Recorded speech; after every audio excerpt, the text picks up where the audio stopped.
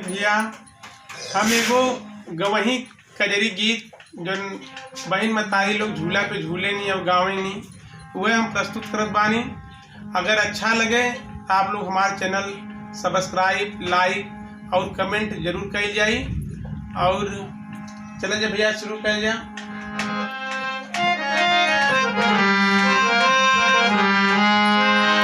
पिया मेहदी मंगा दमोती झील से जाके साइकिल से, पिया मेहदी मंगा दमोती झील से जाके साइकिल से।